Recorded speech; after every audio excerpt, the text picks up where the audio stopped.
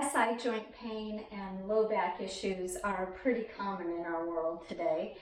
Part of that, in my opinion, is because we spend so much time in a sitting position and our glutes aren't as active as they need to be, and we're not really using our pelvis independent of our spine, and our body's just not communicating that well with it, and our blind spots lead us down a dark path. So by the time we're 50 or older, most of us experience some kind of low back issues or even SI joint, sciatic, or IT band issues. So let's have a chat about what I recommend for my clients and myself. And I actually do this on a daily basis. The first thing is that we're going to go down in a safe way. And I've got a little pillow for my head. That's really important. Part of it is I want to have a good view of what's going on in my pelvis, or a decent view. And part of it is that it also helps keep our ribs down on the ground, and then we know where home base is, because we're just going to work with the pelvis. The very first thing I do is a pelvic clock. I'll start out by just tilting and untucking. So tucking and untucking, and I'm not doing a really forceful thing right now, gentle. Then I lift my right hip, I lift my left hip. So my butt cheek comes partially off the ground, not all the way. I'm just tilting back and forth, a little bit of movement in my knees, not a lot.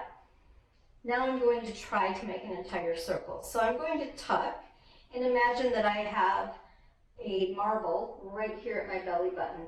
I am going to trace, with movement of my pelvis, a path for the marble to get down here. Now I'm going to trace a path for the marble to get to my pubic bone, and then trace the path for the marble to get over to this hip bone, and then back in the center. Many of you will find that there's a lack of communication in one sticky spot. Now, please notice that I'm trying to not move my legs very much. I'm going to reverse and go the other direction. They move some, but not a ton. And I had a super sticky spot that I've been slowly getting rid of by continuing to do this work. So don't be frustrated. It takes time. It's much harder than it looks. And eventually you'll have some really good progress, and it'll help a lot. The next thing that I do is I take that out, and I'm going to just do some bridges, and I'm going to work on the bridges in a way where I'm really pushing down through my heels and using my bottom as the elevator. So my glute muscles are the elevator that brings me up and down, and I'm not articulating a bridge, I'm not curling up, I'm just opening my hip flexors and coming back down, and I'm using my glutes to do that. There are tons of variations you can find in my program. I actually now have some glute bridges in a little core program, and you'll find it right there. So I'm going to come up and show you the next thing that I do. I'm going to show it to you in a couple of ways. So it's a hip car. I'm going to start so you can see my right leg. This is the leg that I have the most trouble with. It's the side that I couldn't do the hip circle very easily, or the pelvic clock very easily. So this is oftentimes called a hip circle or hip car, controlled articular rotation.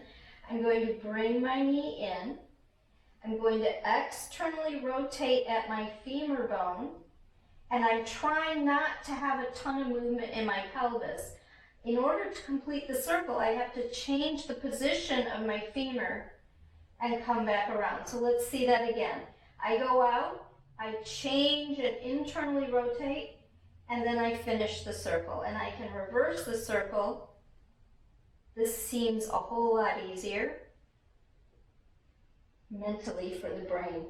Now, that can be really hard. The pelvis will want to move all over the place. One of the things I discovered is that right leg, part of my problem was I wasn't communicating in a way that I wasn't really getting very good internal rotation from my leg in the hip socket.